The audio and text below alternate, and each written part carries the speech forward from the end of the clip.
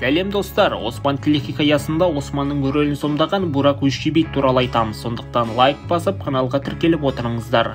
Бурак Өзчебек 1984 жылы 24 желтоқсанда Стамбулда өмірге келді. Әкесінің есімі Бülent Өзчебек, жеке кәсіпкер. Анасының есімі Жихан Өзчебек, үй шаруасындағы әйел. Оның Буршын Өзчебек есімді әпкесі бар.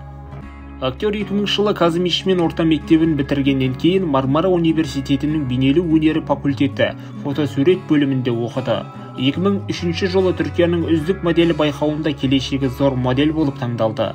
2005 жылы Түркияның үздік моделі байқауына қайта қатысып, бас жүлдені иеленді. Байқау жеңімпазы атанғаннан кейін әлемнің үздік моделі байқауына қатысып, әлемдегі екінші үздік модель болып таңдалды. Ол өзінің алғашқы актерлық тәжірибесін -18 телехикаясында жас комиссар Мұратты сомдау арқылы алған. Актер 2007 жылдың қараша айында кинотеатрлардан шыққан Мусалан фильміне де түсті. Кейін Зораки Кожа телехикаясында ойнайды. 2008 жылдың жазында Баба Ожакы сериалында Көбен есімді кейіпкерді сомдады. 2011-2012 жылдары Көсем, Керемет ғасыр сериалында Малкочоғлу кейіпкерін сомдады. 2013 жылы түркиялық жазушы Ришат Нури Гүнтекиннің романы желісі бойынша түсірілген Шалық ұшу телехикаясында Камуран рөлімен экранға шықты. Кейін көрерменнің ыстық ықыласына бөленген Красивда сериалында жарқ етіп жұлдыздай жарқырады.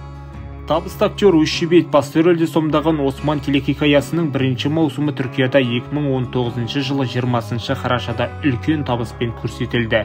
Сериал Осман әулетінің ұлы әрі мұрагері Осман бейдің ұлы мемлекет құру жолындағы ерлік істерін суреттейді.